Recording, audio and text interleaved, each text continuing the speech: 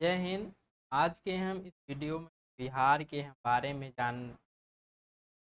बिहार की स्थिति के भौगोलिक स्थिति जानेंगे। बिहार के हिस्ट्री जानेंगे। बिहार का निर्माण कैसे हुआ। चलिए वीडियो को शुरू। बिहार को हम जानने से पहले हम सबसे बता देते हैं भारत के बारे में। भारत का ही पूर्वी राज्य है बिहार। भारत की जो है क्षेत्रफल की हम बात करें तो 32,87,263 स्क्वायर किलोमीटर है। की जनसंख्या की हम बात करें तो 1.21 करोड़ है 2011 की जनगणना। जबकि हाल ही में 1 जुलाई 2023 संयुक्त राष्ट्र विश्व जनसंख्या की रिपोर्ट आती है। भारत की जनसंख्या अब 1.4149 अरब हो। भारत की क्षेत्रफल की हम बात करें तो 7वां सबसे बड़ा देश है क्षेत्रफल की दृष्टि। जनसंख्या के मामले में पहले था सेकेंड स्थान, अब हो गया है फर्स्ट स्थान। अब हम बिहार की हम बात करें तो बिहार जो है कि भारत का पूर्वी राज्य है। यह कर्क रेखा के उत्तर में अवस्थित है। बिहार जो है कर्क रेखा के उत्तर में अवस्थित है। क्षेत्रफल की दृष्टि से बिहार 12वां राज्य है क्षेत्रफल की दृष्टि। क्षेत्रफल की हम बात करें तो 94,163 स्क्वायर। जनसंख्या की दृष्टि से तीसरा बड़ा राज्य है भारत का। बिहार में हम बात करें तो 9 प्रमंडल है। 9 प्रमंडल में सबसे पहले आता है पटना, तिरहुत, दरभंगा, कोसी, पूर्णिया, भागलपुर, मुंगेर तथा मगध प्रमंडल। हम बिहार में हम जिलों की संख्या बात करें तो 38 जिला है, कुल 30 जिला है। अनुमंडल की संख्या की हम बात करें तो एक अनुमंडल है तथा प्रखंड बात करें तो 534 प्रखंड। अब हम बिहार के सीमाएं के बारे में हम बात करते हैं। बिहार की जो अंतर्राष्ट्रीय सीमा लगता है जो कि नेपाल देश से लगता है। नेपाल से बिहार के 7 जिले साझा करते हैं, जो कि सबसे पहला है पश्चिमी चंपारण, पूर्वी चंपारण, सीतामढ़ी, मधुबनी, अररिया, सुपौल, किशनगंज। किशनगंज जो जिला है वह पश्चिम बंगाल और नेपाल दोनों से सीमा साझा करता है। अब हम बात करें यूपी, 3 राज्यों से, भारत के 3 राज्यों से बिहार की सीमाएं लग सकती है। नंबर 1 में है यूपी, दूसरा है झारखंड और तीसरा है वेस्ट बंगाल यानी बंगाल।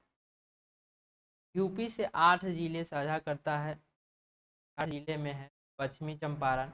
पश्चिमी चंपारण जो है कि नेपाल और यूपी दोनों से सीमा साझा करता है। उसके बाद गोपालगंज, फिर सारण, भोजपुर, बक्सर, कैमूर और रोहतास। रोहतास जो है वह झारखंड और यूपी दोनों साझा करता है। झारखंड और दोनों से सीमा साझा करता है।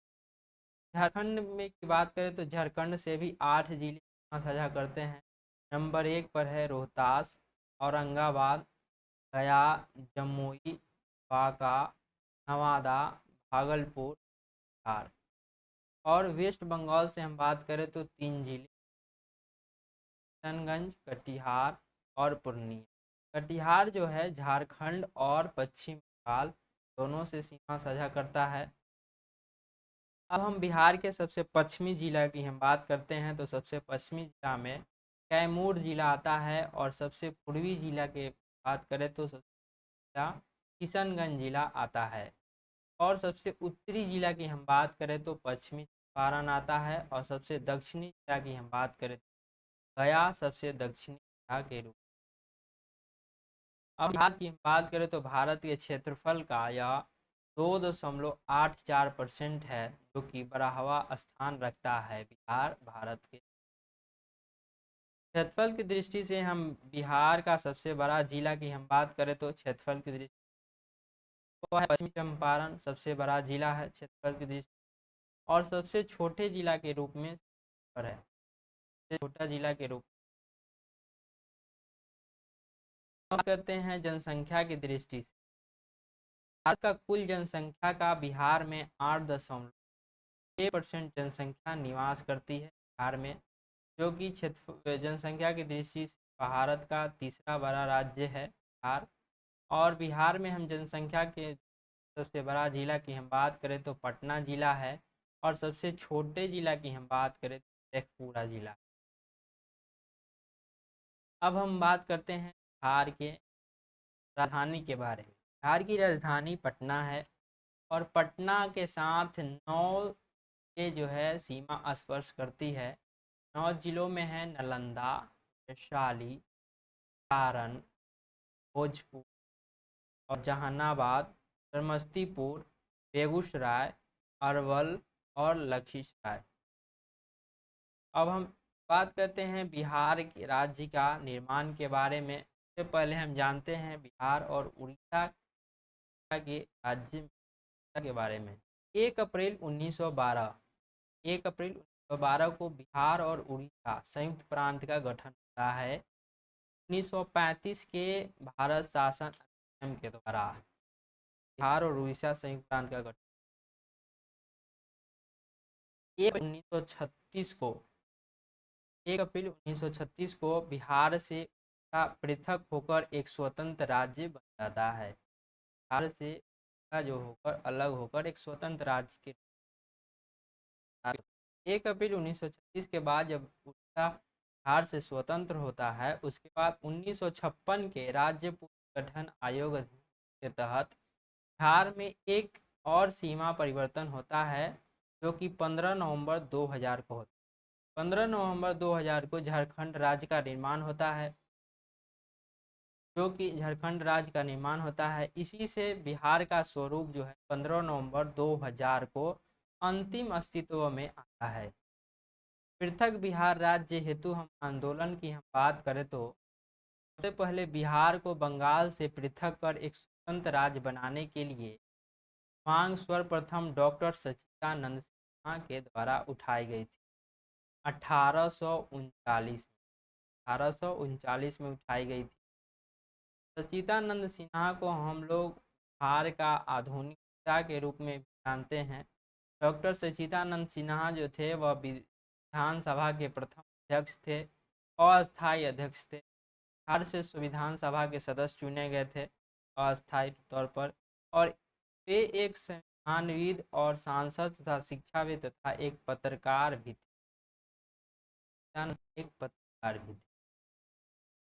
अब बात आती है 1894 की। डॉक्टर सच्चिदानंद सिन्हा ने पृथक बिहार की मांग के लिए पृथक बिहार की मांग को उठाने के हेतु बिहार टाइम्स नाम पत्रिका का संपादन शुरू। वह बिहार के तत्कालीन गवर्नर सर चार्ल्स इलियट को अलग बिहार राज्य के निर्माण हेतु ज्ञापन सौंपा। पृथक बिहार राज्य के लिए आंदोलन की पृष्ठभूमि का कारण की हम बात करें तो बिहार जो है कि 15वां प्रांत के रूप में साम्राज्य में बाद प्रवर्तित मुगल काल 1707 से 1857 तक औरंगजेब की जब मृत्यु पश्चात बंगाल जो है प्रांत के रूप में है।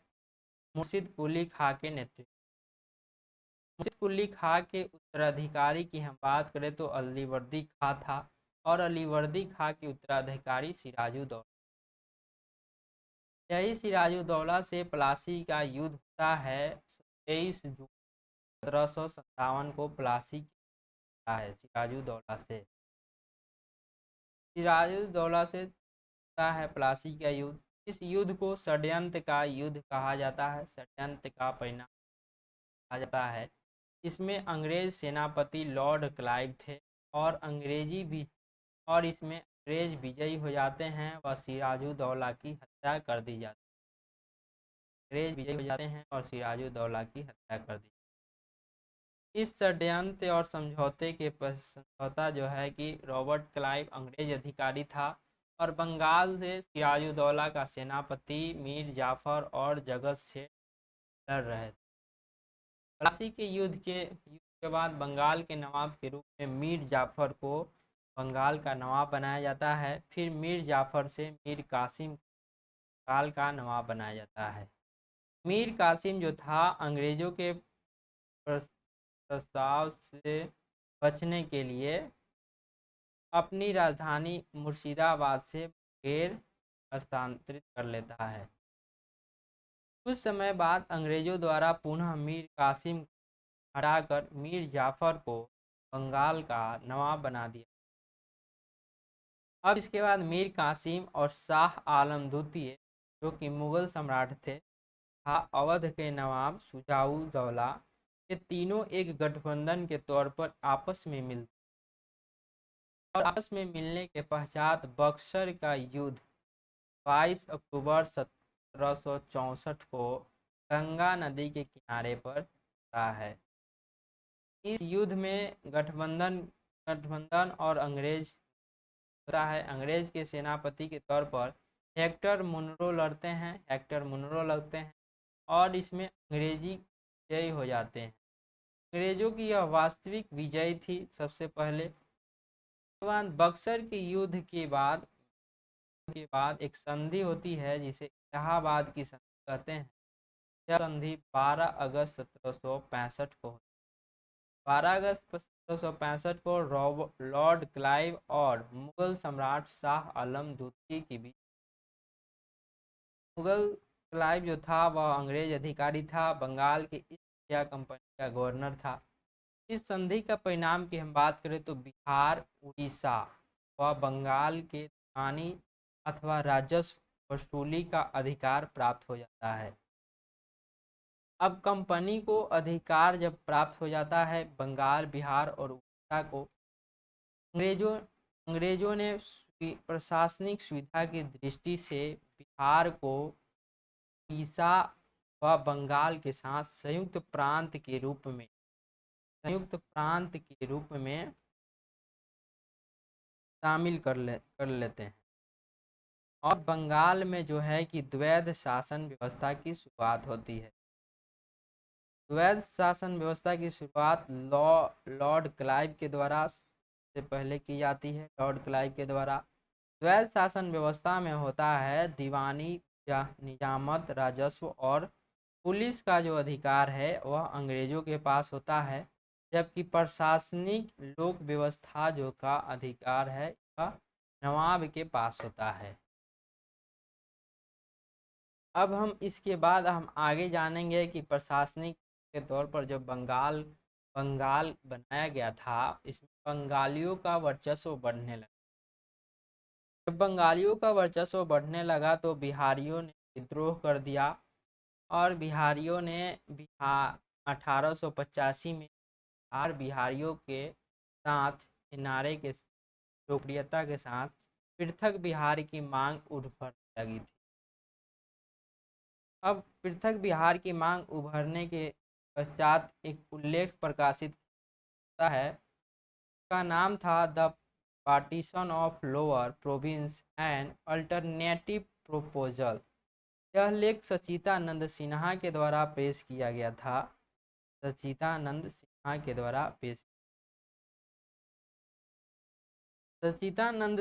के द्वारा पृथक बिहार आंदोलन में सच्चिदानंद सिन्हा के सहायक के रूप में महेश नारायण नाम के एक व्यक्ति थे, उन्होंने उनके साथ दे रहे थे।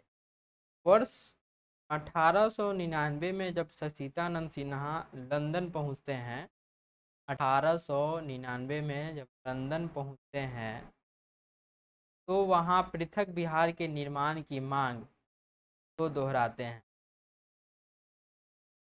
1894 में सच्चिदानंद सिन्हा के द्वारा एक पत्रिका का प्रकाशन शुरू होता है। का उद्देश्य था पृथक बिहार राज्य हेतु थाना, बिहार टाइम्स के जानते हैं। अब 1894 के हम तत्कालीन गवर्नर की हम बात करते हैं, सर चार्ल्स इलियट थे। इन्होंने डॉक्टर सच्चिदानंद सिन्हा और महेश नारायण के द्वारा एक ज्ञापन सौंपा गया। 1894 आता है, उसके बाद 1906 आएगा।